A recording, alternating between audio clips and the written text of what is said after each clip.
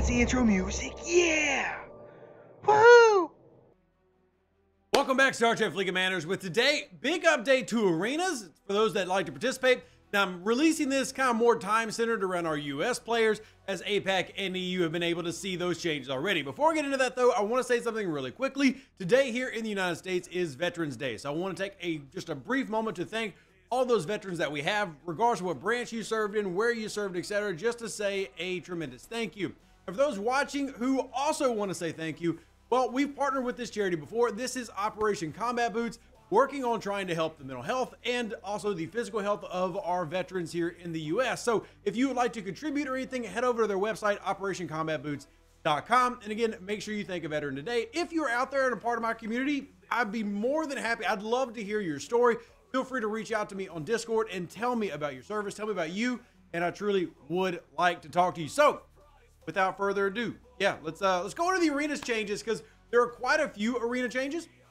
And I hope these are going to be positive changes. I say this because I always like to preface things with a, well, we'll wait and see. But everything is going exactly how we've been asking it to. Minor feedback changes turning into the actual things that we're asking about. For example, the actual level arrangement. So let's talk about what that actually means. So arena combat improvements starting today. Our US players will see this the most. I've talked a little bit with our EU and APAC players, have noticed some improvement. It's still not perfect, nor am I trying to say that it is perfect in STFC, but it is improving. What's changing? We're updating the matchmaking system to provide more balanced and competitive matches based on players' ops level. Now that's important. Remember, there are a couple ways that it works. You have not only the ops levels and the average ops levels of the people participating, but also the rankings that play into this. So decrease ops level difference. We'll talk about how much here in just a second. Squads will now be matched with opponents closer to their average operations level. And then while matchmaking may take a little bit longer, the results will be fair and more enjoyable battles. So here's an example. Previously, a squad that had ops level 49 and rank 8, I mean, pretty decently ranked, that's putting you in the high silvers, might match against opponents ranging from ops 49 all the way up to ops 70. However, with the updated matchmaking, the same squad will be now matched against opponents ranging only from 49 to 55. So this will, in theory, make longer wait times, but make more balanced matches while still allowing some pretty heavy matches to happen. We'll see how exactly it plays out on the US side. Again, the EU and APAC side already testing this out. So the basic idea is to go with what players' feedback has been, which is that if I'm a level 45 or 49 or even 53 and I get placed with a G6 player, it makes it very, very difficult, close to impossible to compete. So this is trying to alleviate some of that. Now, that doesn't make those matchups impossible. It simply means that some of those things are less likely to happen.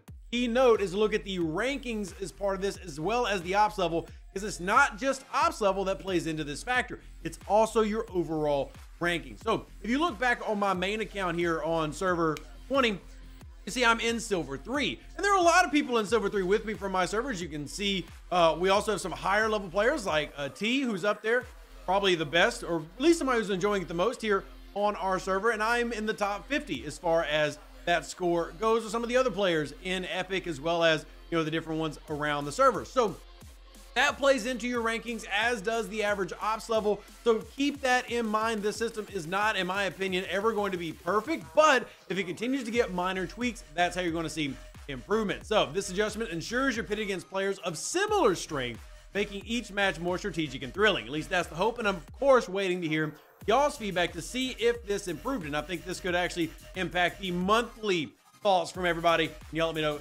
down below.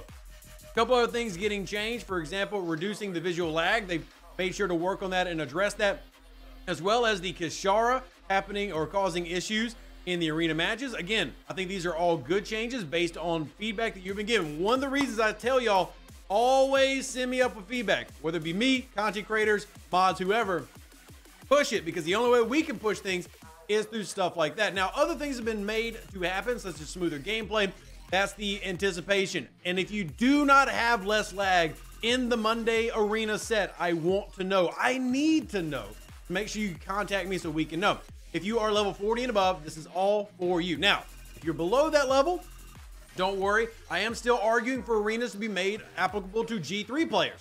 I don't know if or when that'll ever happen, but I am still arguing for it. So if you want to be a part of that, like you're a G3 player and you want to participate, I need to know. The more you visually, and more audibly complain, for lack of a better word, make your request known, the easier it is to make things happen. So if you're just frustrated but sitting in a corner not saying anything, really hard to get Scopely moving. But we have simplified UX, canceling a queued attack no longer moves your ship unintentionally.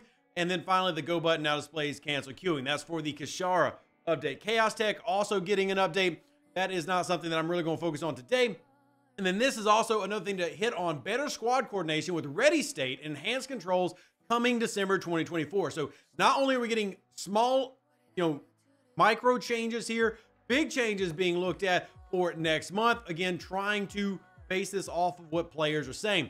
So know when your squad is ready. A new ready state feature will allow squad leaders to see when all members are prepared to start the next match.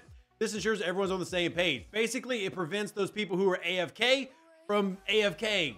That way you don't go into a match of 3v3 and two of your people suddenly decide they want to go get a popsicle.